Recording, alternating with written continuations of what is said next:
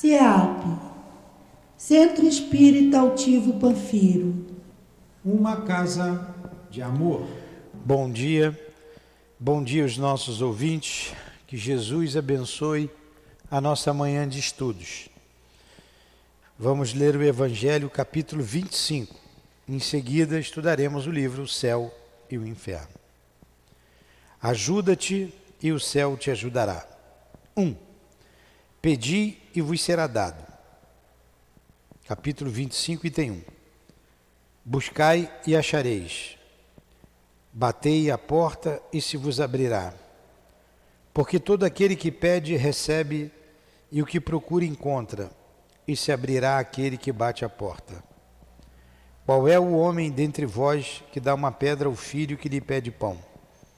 Ou se ele lhe pedir um peixe, dar-lhe-á uma serpente? Ora, se vós, sendo maus como sois, sabeis dar boas coisas aos vossos filhos, com mais forte razão, vosso Pai que está nos céus dará os verdadeiros bens àqueles que os pedirem. Amado Mestre Jesus, nós te agradecemos a oportunidade do estudo, como agradecemos aos guias da nossa casa, ao altivo, com toda a coluna de espíritos que nos sustentam. Rogamos uma vez mais a assistência de vocês, queridos amigos, a assistência de Deus, a tua assistência, Jesus, para que tudo transcorra em clima de paz, de harmonia, para que tudo transcorra em nome do amor, em nome do nosso amor. Assim, então, pedimos a permissão a Deus acima de tudo para os estudos desta manhã. Que o nosso professor José Jorge, patrono desse estudo, nos inspire nesta manhã de estudos. Que assim seja. Graças a Deus.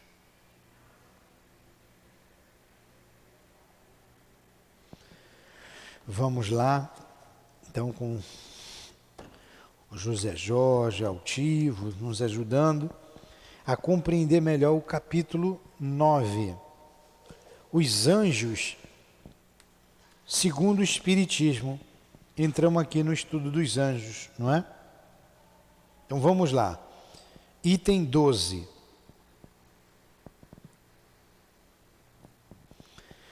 Que haja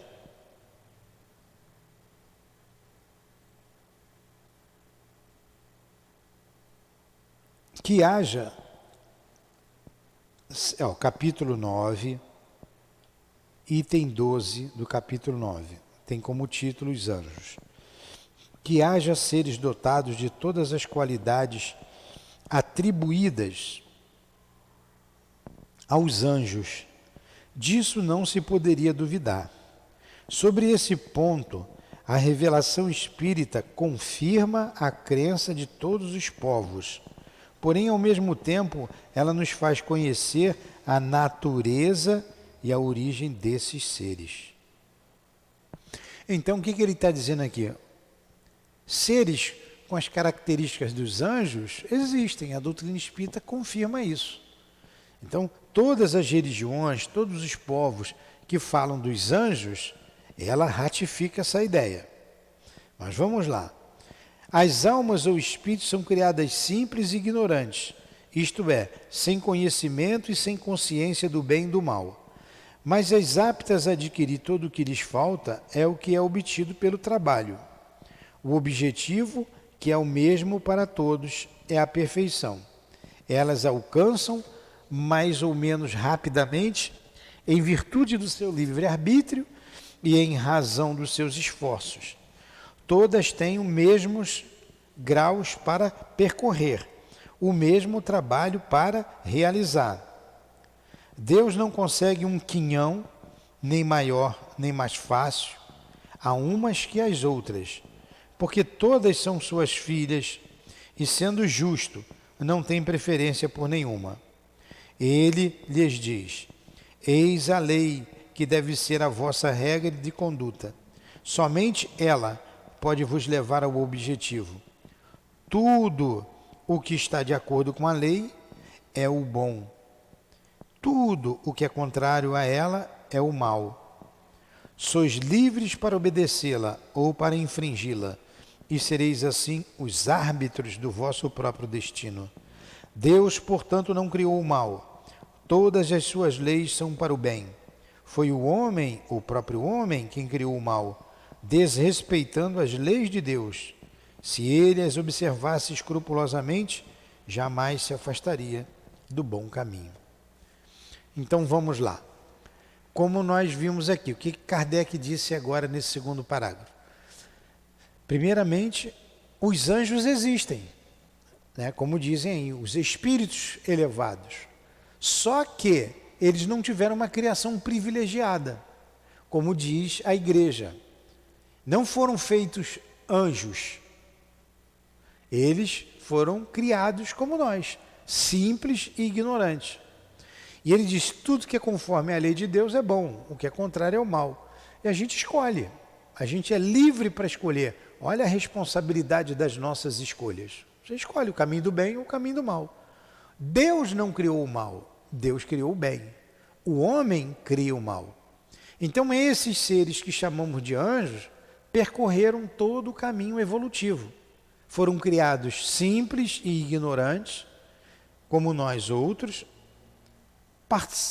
participaram como princípio inteligente dos reinos inferiores da criação e chegaram à angelitude. E nós estamos nessa caminhada. A perfeição é o destino de todos nós. Apressar essa caminhada ou retardar é conosco. É conosco. Entendeu? Pergunta? 13. A alma, porém, nas primeiras fases da sua existência, assim como a criança, não tem experiência, razão porque está sujeita a cometer faltas. Deus não lhe dá a experiência, mas dá os meios de adquiri-la. Cada passo em falso no caminho do mal é para a alma um atraso do que ela sofre, as consequências, aprendendo à sua custa o que deve evitar. É assim que pouco a pouco ela se desenvolve e aperfeiçoa e avança na hierarquia espiritual até que chegue ao estado de puro espírito ou de anjo. Os anjos são, portanto, as almas dos homens que chegaram ao grau da perfeição que a criatura comporta e desfrutam da plenitude da felicidade prometida. Antes de atingir o grau supremo, desfrutam de uma felicidade relativa ao seu adiantamento. Mas essa felicidade não se encontra na ociosidade. Ela está nas funções que Deus lhes confia e que elas ficam felizes em realizar, porque essas ocupações são um meio de progredirem. Olha que consolo, né? Que esperança para todos nós. Os anjos são as almas dos homens. É o nosso destino. É o destino de todos nós. Mas eles também não ficam ociosos, tocando harpa para Deus. Eles não ficam. Eles trabalham. Eles recebem as ordens de Deus. E essa superioridade, ela não vai chegar à mesma que Deus tem, né? Dentro do seu grau evolutivo, eles vão chegar até bem perto para conhecer, sentir e perceber o Criador. Número 14. Está bem claro, né? A humanidade não está limitada à Terra. Ela ocupa os inumeráveis mundos que circulam no espaço. Ocupou aqueles que desapareceram e ocupará aqueles que se formarão. Deus criou por toda a eternidade e cria sem cessar. Portanto, muito tempo antes de a Terra existir, por mais antiga que a imaginemos, havia em outros mundos espíritos encarnados que percorreram as mesmas etapas que nós. Espírito de formação mais recente. Percorremos neste momento que chegaram ao objetivo antes mesmo que tivéssemos saído das mãos do Criador. De toda a eternidade, portanto, existiram anjos ou puros espíritos, mas com a sua existência humana perdendo-se no infinito do passado para nós é como se eles sempre tivessem sido anjos. Então, quando Deus começou a criação, a gente não sabe, a gente já estudou aqui a ideia de tempo e espaço. Não passa, a gente chama de infinito, a gente não sabe o que é. Então sempre criou, então sempre existiu um anjo. Para a gente isso se perde, porque Deus está sempre criando. Nesse momento a gente sabe, aqui na Terra, a existência do princípio inteligente, quando a gente vê os animais, quando a gente vê as plantas. E nos reinos minerais não sei como se procede, mas quando a gente vê a montanha. Então um princípio inteligente está em fases diferentes de evolução. Então quando você vê um princípio inteligente no macaco ou num cachorro, e o princípio inteligente numa pulga, na pulga do macaco ou na pulga do cachorro, estão em patamares diferentes. Ao olhar a natureza, a gente vê a beleza da criação. E esse princípio vem se desenvolvendo. Isso leva milhões de séculos, milênios, até chegar à fase hominal. E ele termina aqui, esse capítulo dos anjos, e essa primeira parte, né? Esse capítulo, não é a primeira parte não, esse capítulo dos anjos, dizendo assim, no número 15. Assim se acha realizada a grande lei da unidade da criação. Deus jamais foi inativo, sempre teve puros espíritos, experimentados e esclarecidos para a transmissão de suas ordens e para a direção de todas as partes do universo, desde o governo dos mundos até os mais pequenos detalhes. Não há, pois, necessidade de crer em seres privilegiados, isentos de encargos. Todos, antigos e novos, conquistaram suas posições na luta e por seu próprio mérito. Todos, enfim, são os filhos de suas obras. Assim se realiza igualmente a soberana justiça de Deus. Tudo bem? Ficou fácil, entendeu, Luciana? Então vamos continuar. Vamos agora para o capítulo dos demônios. Nós vimos que os anjos foram seres criados simples e ignorantes e que tomaram o caminho do bem. Então, o capítulo aqui é longo, mas a gente já tem a ideia de que os demônios também foram seres criados simples e ignorantes e que voluntariamente escolheram o caminho do mal. Eles escolheram isso e voluntariamente tomaram esse caminho. Então nós vamos ver aqui nesse capítulo os demônios, a origem da crença nos demônios, os demônios segundo a igreja e os demônios segundo o espiritismo, né? Então, quem são os demônios? Os demônios têm toda a origem da crença neles. Tem em todas as épocas desempenhado um grande papel nas diversas teogonias. Teogonia é nas religiões politeístas, doutrina, narração que explica o nascimento dos deuses. Então, a teogonia é uma crença, uma doutrina que explica o nascimento dos deuses. Vamos lá.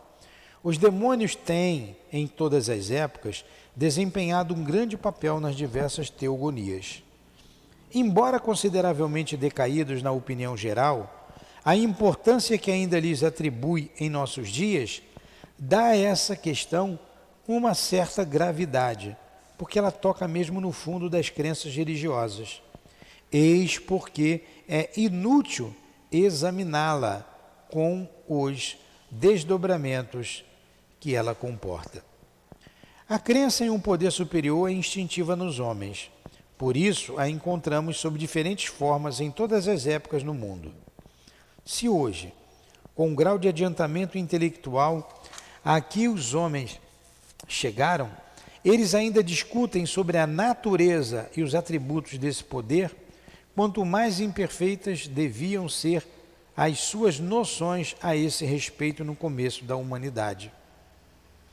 O quadro que para nós se apresenta na inocência dos povos primitivos, em contemplação diante das belezas da natureza, na qual eles admiram a bondade do Criador, é sem dúvida muito poético, mas nele falta a realidade.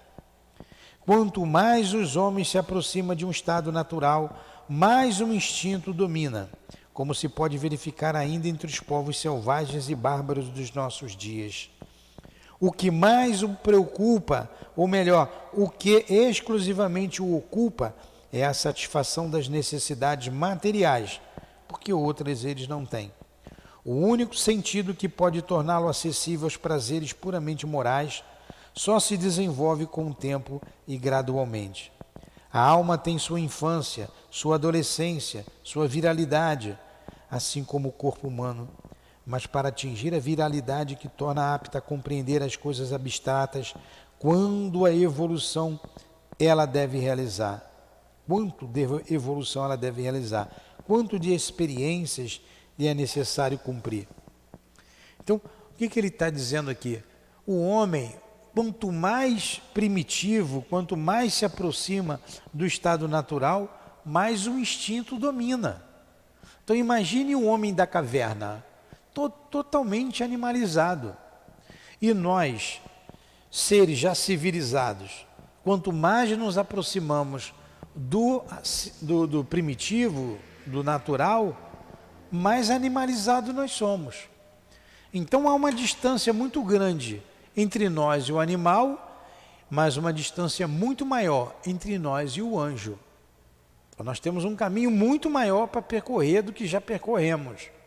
E quando a gente deixa a nossa natureza se aproximar da natureza animal, nós temos um comportamento animal. Vamos ver onde é que a gente chega aqui no demônio. Sem recuar às primeiras épocas, vemos à volta de nós as pessoas dos nossos campos e nos perguntamos que sentimentos de admiração nelas despertam o esplendor do sol nascente. O céu estrelado, o cantar dos pássaros, o murmúrio das ondas claras, os campos cobertos de flores. Para elas, o sol se ergue porque tem esse hábito, e sob a condição de que ele dê bastante calor para amadurecer as colheitas e não muito para calciná-las, é tudo que elas querem.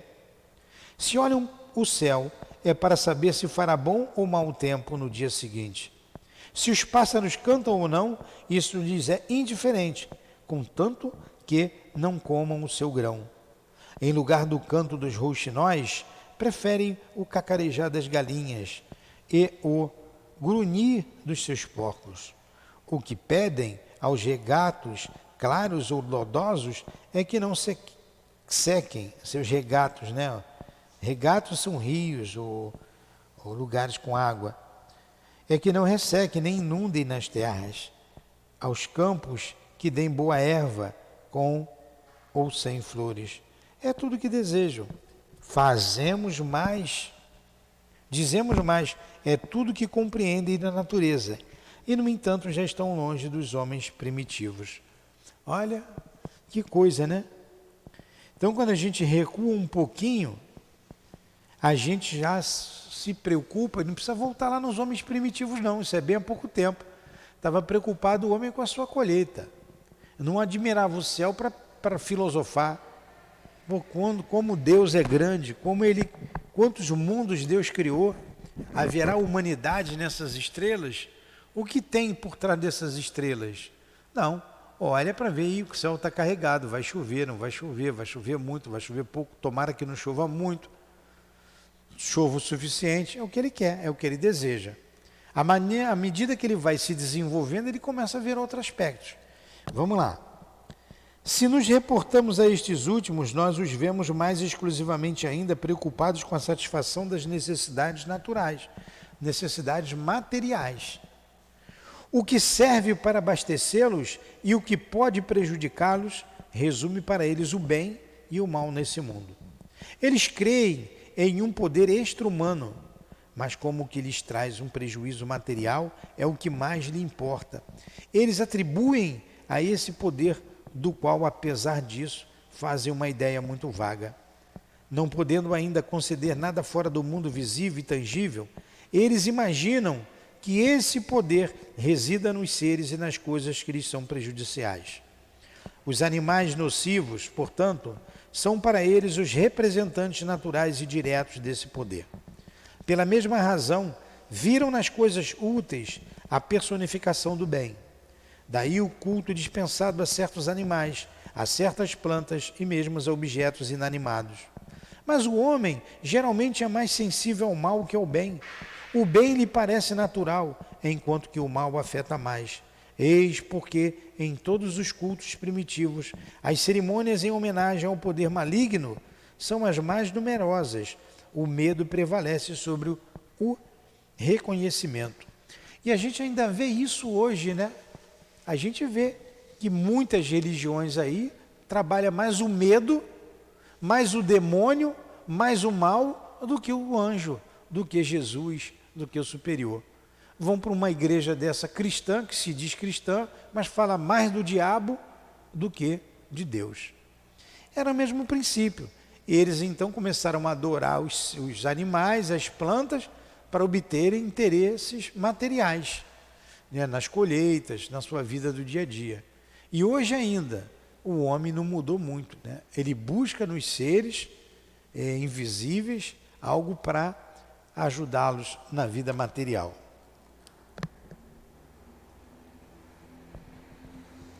Durante muito tempo, o homem concebeu apenas o bem e o mal físicos. O sentimento do bem moral, do mal moral, marcou um adiantamento na inteligência humana. Somente então um homem entreviu a espiritualidade e compreendeu que o poder sobre-humano está fora do mundo visível e não nas coisas materiais.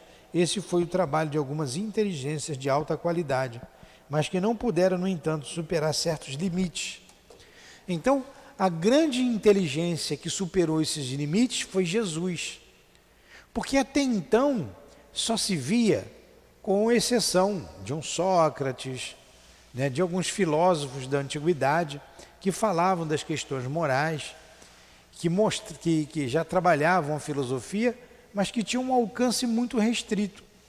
Aí vem Jesus e traz o mal de uma outra forma, o mal moral, não apenas mais o mal físico, o mal que vem de uma colheita ruim, ou de uma inundação, o mal que vem da morte de um ser amado, de um filho, enfim, resultado de uma guerra, de um conflito, de uma tortura.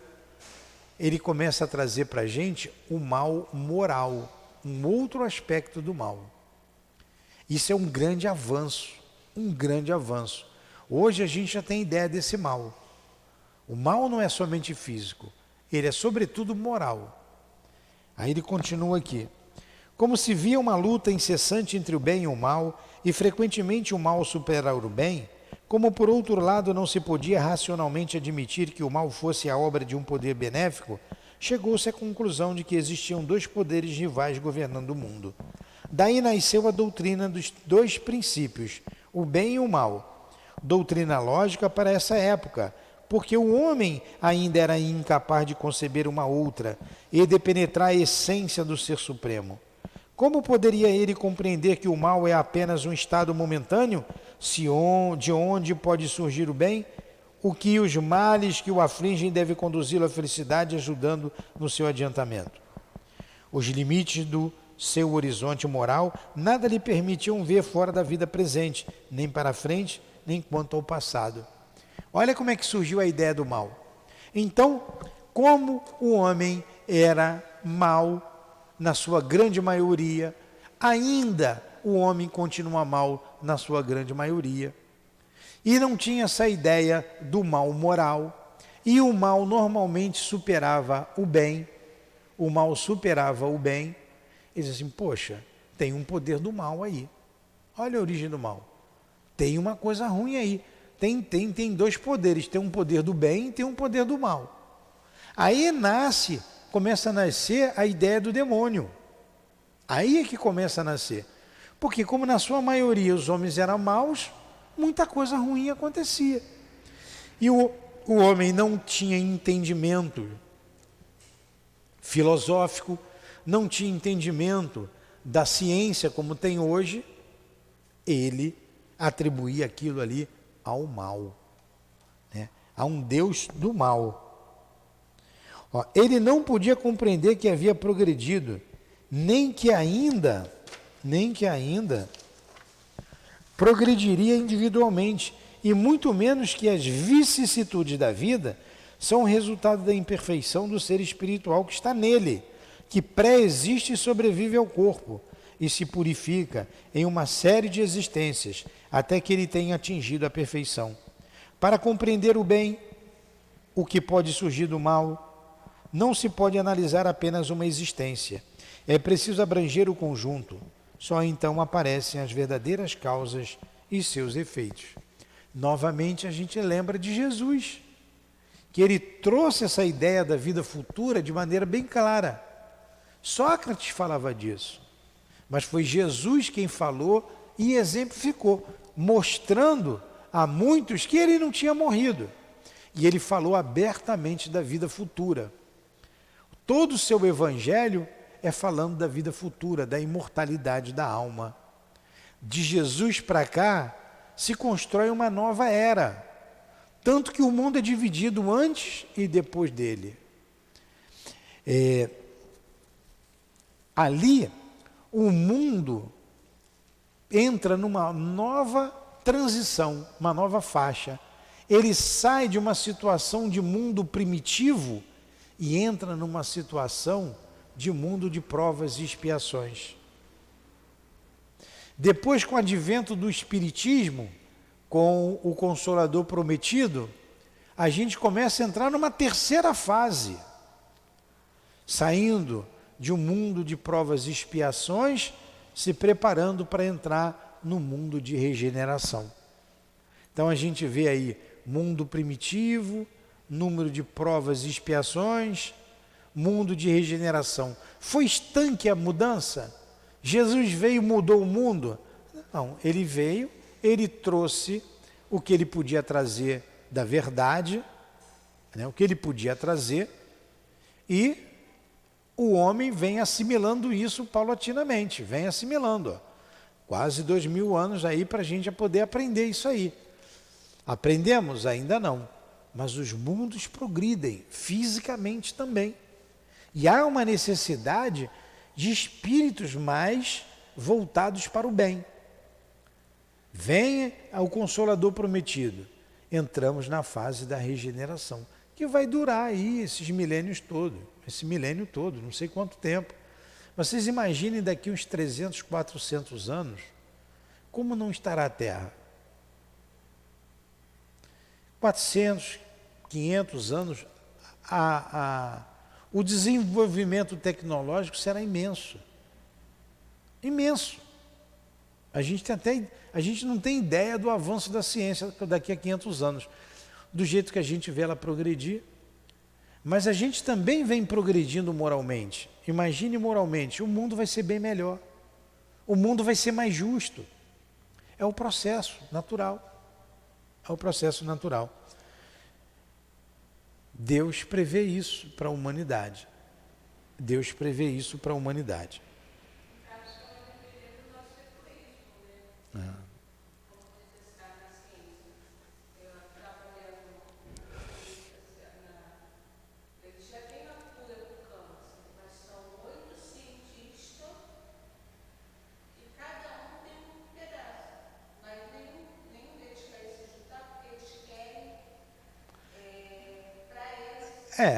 Que é um interesse material, que é dinheiro. O cientista descobre, por exemplo, um remédio, como você está dizendo, para o câncer, mas tem que completar com outro, mas todo mundo quer dinheiro, ainda são os bens materiais. Está mostrando a inferioridade do homem, né? O egoísmo, o orgulho. Mas isso vai passar, é a gente ter paciência, que tudo vai passar. Há um progresso, lento, mas contínuo, com relação ao aspecto moral. O duplo princípio do bem e do mal foi durante muitos séculos e sob diferentes nomes a base de todas as crenças religiosas. Foi personificado sob os nomes de Oromase e Arimane entre os persas, de Jeová e Satã entre os hebreus. Porém, como todo soberano deve ter ministros, todas as religiões admitem os poderes secundários, os gênios bons ou maus. Os pagãos os personificavam sob uma inumerável multidão de individualidades, tendo cada uma atribuições especiais para o bem e para o mal, para os vícios e para as virtudes, e aos quais deram o nome geral de deuses. Os cristãos e os muçulmanos receberam dos hebreus os anjos e os demônios. Olha que coisa, né? Olha como é que tudo começou. A doutrina dos demônios, portanto, tem sua origem na antiga crença dos dois princípios, o do bem e do mal.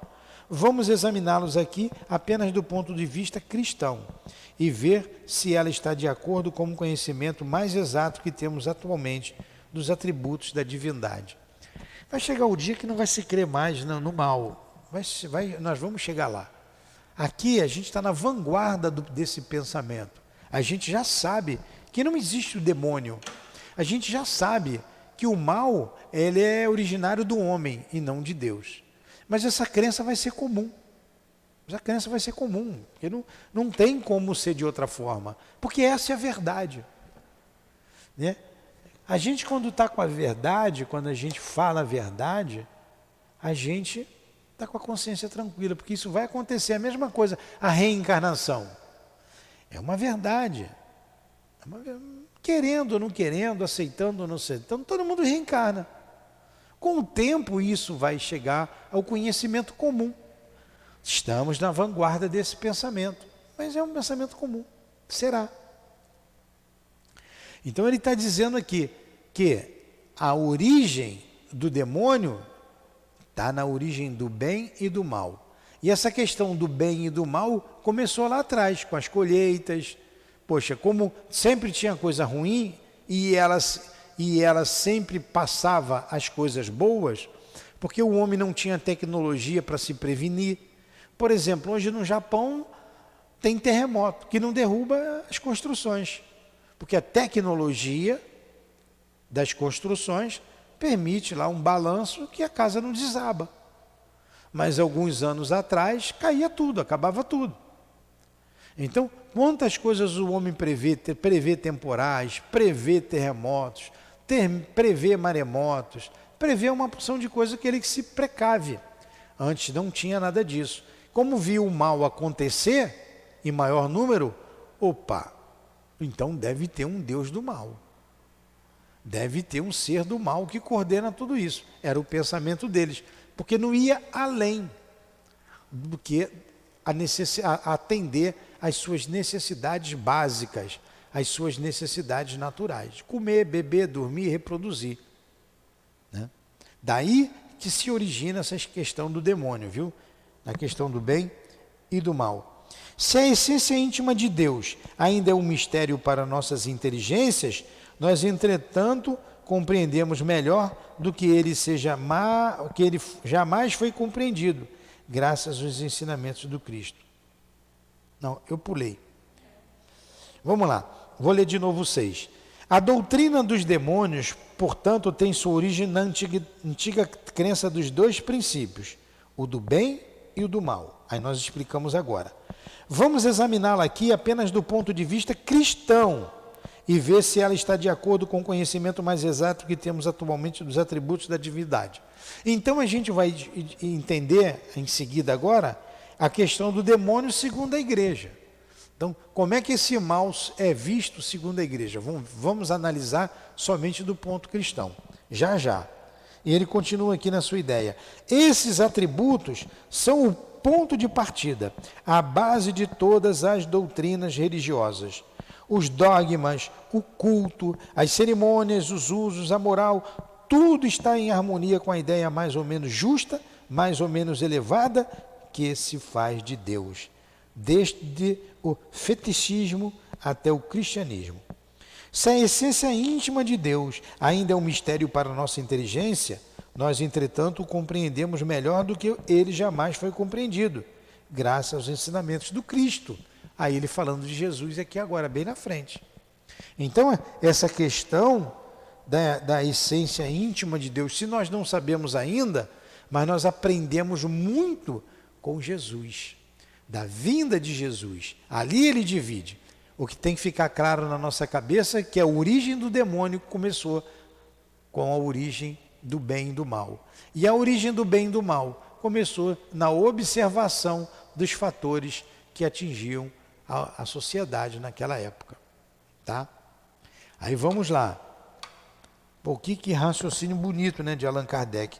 O cristianismo, de acordo com a razão, nos ensina que Deus é único, eterno, imutável, imaterial, todo-poderoso, soberanamente justo e bom, infinito em todas as suas perfeições.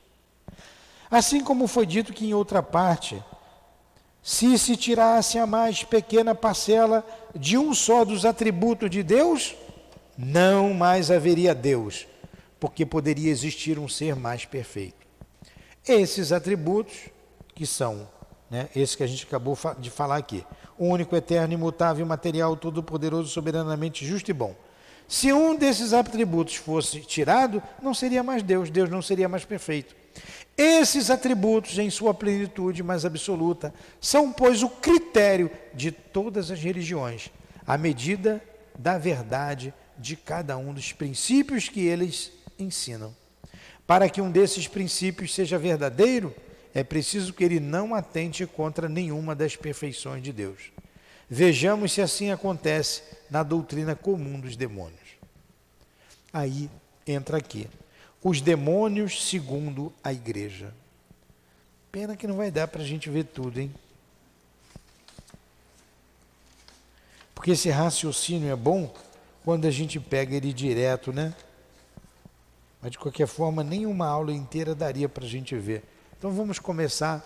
Nós temos 10 minutinhos aí de estudo. Então vamos lá. Segundo a igreja, Satã, o chefe ou o rei dos demônios, não é uma personificação alegórica do mal, mas um ser real, fazendo exclusivamente o mal, enquanto que Deus faz exclusivamente o bem. Aceitemo-lo, pois, tal como nos é dado. Tá? Então, é a igreja que está dizendo. Satã é o chefe dos demônios, Satanás, ou Satã. E Deus, o chefe da bondade, dos bons. É assim a teoria da igreja. Satã existe de toda a eternidade como Deus. Ou é posterior a Deus? Se existe de toda a eternidade como Deus, é incriado e, por consequência, igual a Deus. Neste caso, Deus não é mais único. Existe o Deus do bem e o Deus do mal. Essa é a teoria da igreja, tá? Satã é posterior a Deus? Olha a pergunta.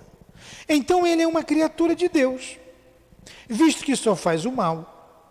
Não. Se Satã é posterior a Deus, ele é uma criatura de Deus, visto que só faz o mal, que é incapaz de fazer o bem e de se arrepender pelo mal praticado, Deus criou um ser consagrado eternamente ao mal.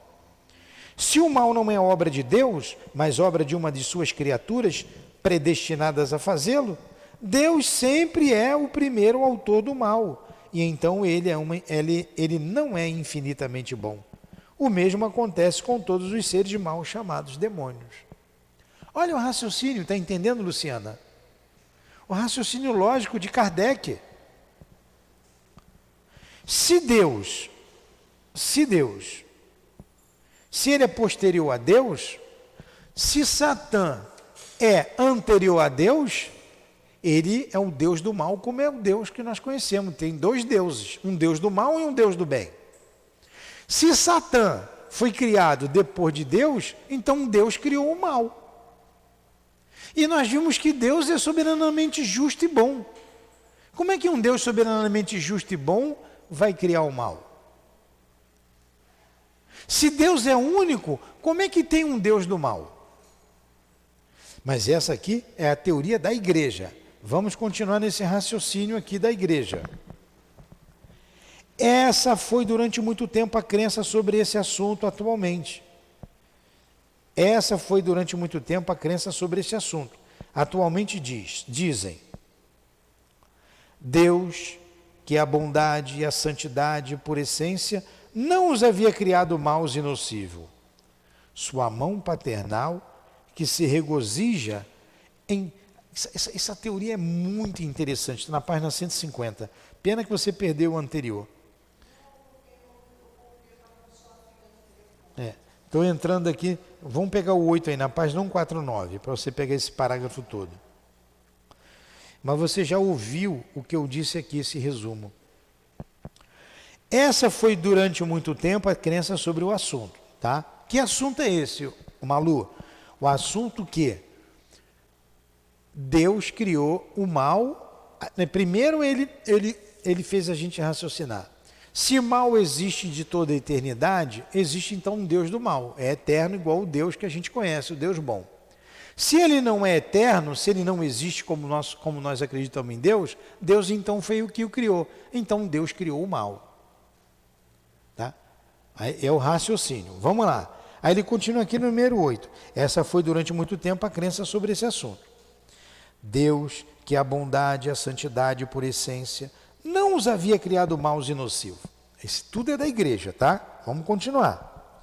Sua mão paternal, que se regozija em espalhar sobre todas as obras um reflexo de suas perfeições infinitas, lhes havia concedido em grande quantidade seus mais magníficos dons. As elevadas qualidades da sua natureza, acrescentar as generosidades da sua benevolência. Em tudo os fizera semelhante aos seus sublimes espíritos que estão na glória e na felicidade. Distribuído em todas as suas ordens e misturados em todas as suas classes, eles tinham os mesmos objetivos, ou o mesmo objetivo, e os mesmos destinos. Seu chefe foi o mais belo dos arcanjos. Então, olha só, pena que você não viu os anjos que a gente já viu aqui. A gente viu a teoria dos anjos, que segundo a igreja, Deus criou o anjo puro. Aí tem a teoria da igreja e Kardec fez a gente raciocinar que os anjos realmente existem, que a gente chama de puro espírito, enfim, existem, mas que eles não foram criados perfeitos. Eles foram criados simples e ignorantes e chegaram à perfeição, como todos nós. Né? Ele mostrou todo esse raciocínio muito bonito aqui. E que o bem e o mal, Deus não criou o mal. Quem fez o mal foi o homem, pela sua escolha, o seu livre-arbítrio, ele opta pelo mal. Deus não criou o mal, Deus não faz o mal. Ponto. Então, os anjos conquistaram a posição que eles têm. Aí entramos na teoria do demônio. Qual é a origem da teoria do demônio? Qual é a origem? A origem está no bem e no mal. Por que na origem está no bem e no mal? Porque o homem antigo, ele se preocupava com os seus interesses mais imediatos. Comer, beber, dormir, reproduzir. E ele não tinha a capacidade de filosofar, de entender. Ele olhava a estrela do céu para dizer, ó, vai chover, não vai chover. Eu olhava o sol, está muito quente, vai destruir a plantação.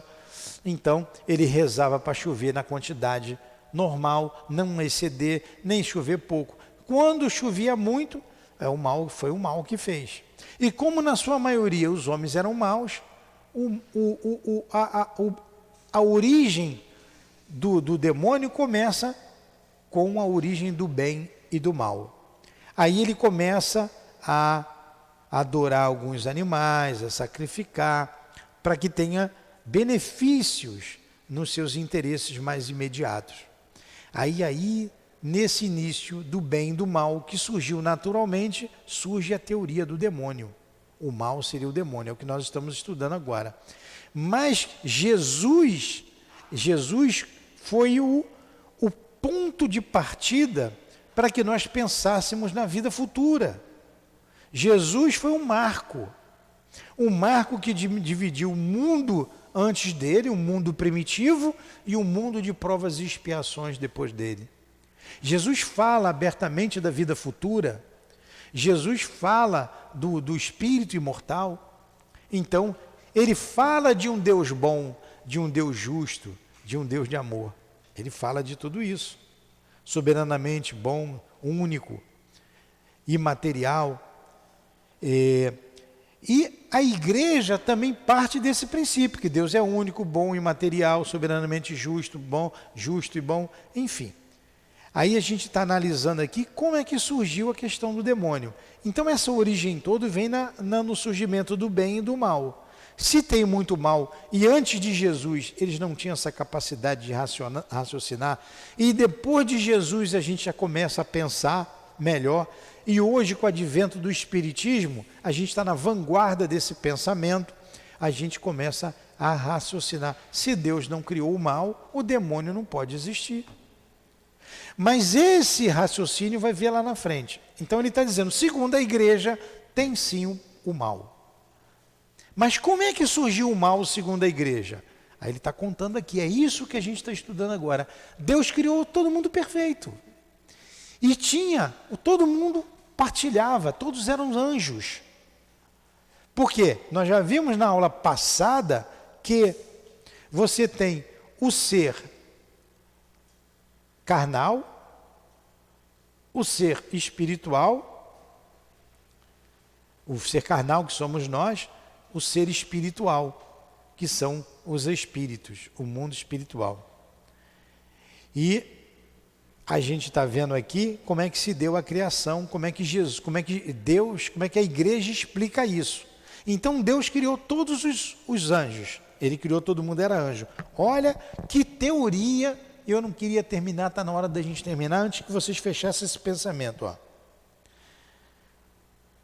E dentre esses, seu chefe foi o mais belo dos arcanjos. Achou aí, está na página 150, no meio do primeiro parágrafo. Eles também poderiam ter o mérito de ser para sempre confirmados na justiça e escolhidos para desfrutarem eternamente da felicidade dos céus.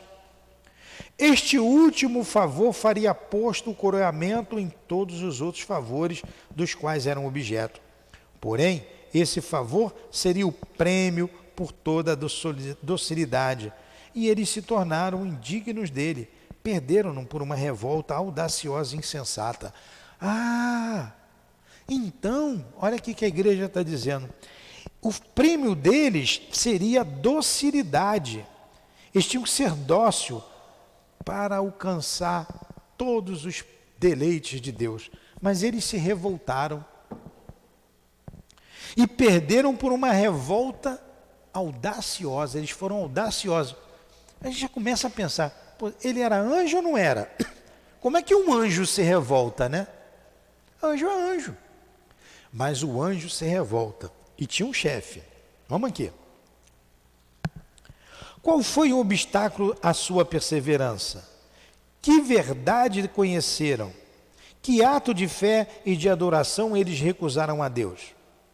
A igreja e os anais da história santa não o dizem de uma maneira positiva, mas parece certo que eles não concordaram nem com a mediação do Filho de Deus por eles mesmos, nem com a exaltação da natureza humana em Jesus Cristo. O Verbo divino, por quem todas as coisas foram feitas, é também o único mediador e salvador no céu e na terra. O fim sobrenatural foi dado aos anjos e aos homens somente na previsão de sua encarnação e de seus méritos, porque não existe nenhuma proporção entre as obras dos mais eminentes espíritos e essa recompensa, que não é outra senão o próprio Deus. Nenhuma criatura poderia ali chegar sem essa intervenção maravilhosa e sublime da caridade.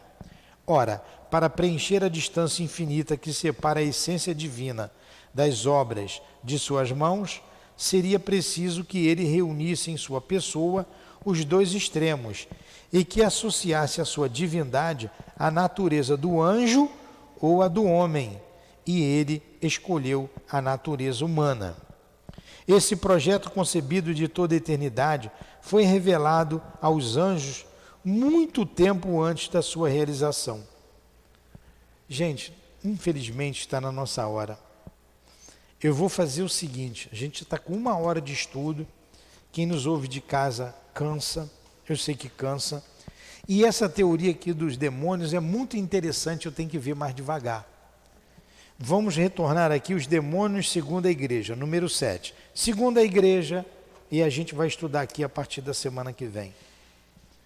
Deu para a gente entender bem a questão dos anjos e agora a gente devagar vai entender a questão dos demônios aqui, segundo a igreja, na próxima semana, tá? Para não cansar vocês. Eu, por mim, eu seguiria aqui, mas eu tenho que cumprir a hora. Muito interessante esse assunto, muito interessante mesmo. É porque se fala mais do demônio do que de Deus. Então vamos lá.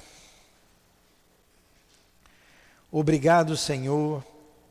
Obrigado, Jesus. Obrigado, meu Deus, nosso Pai de amor.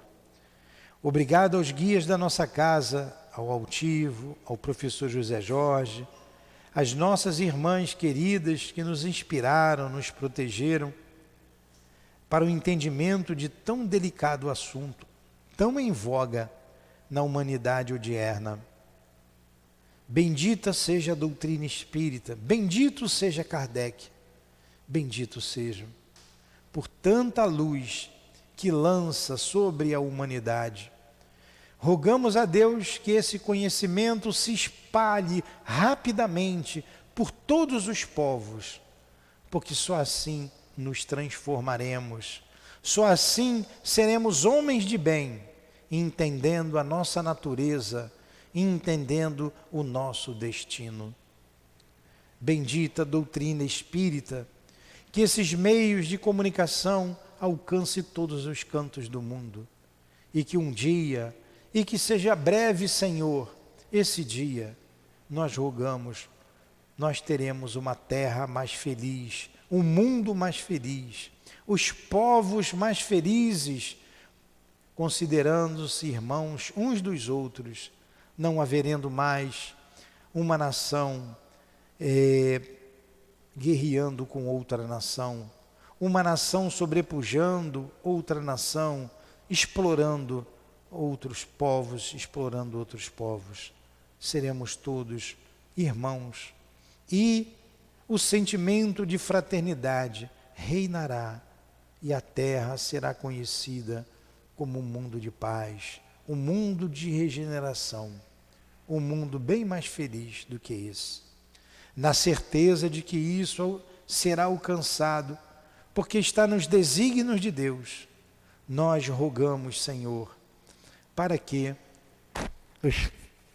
as igrejas, os pontos, as casas espíritas acendam as suas luzes e deixem-as permanentemente acesas, divulgando o teu Evangelho, Jesus, divulgando a doutrina espírita que lança luzes sobre o teu Evangelho. Pedimos por todos os dirigentes das casas espíritas, por todos os nossos irmãos, que sabemos que a luta é grande, que o mal está querendo apagar essas luzes, mas não conseguirão se perseverarmos e se estivermos contigo, Senhor. O Senhor é o nosso pastor e nada nos faltará. Quem está comigo, junta comigo. Quem não está comigo, espalha. E assim, Senhor, em teu nome, em nome de Deus, confiando em ti, confiando a nossa casa em tuas mãos, Jesus, confiando nos nossos guias espirituais, na direção espiritual do SEAP, nos nossos irmãos, pedimos a devida permissão em nome do amor, do nosso amor, minha querida, para encerrarmos os estudos da manhã de hoje, em torno do livro O Céu e o Inferno. Que assim seja.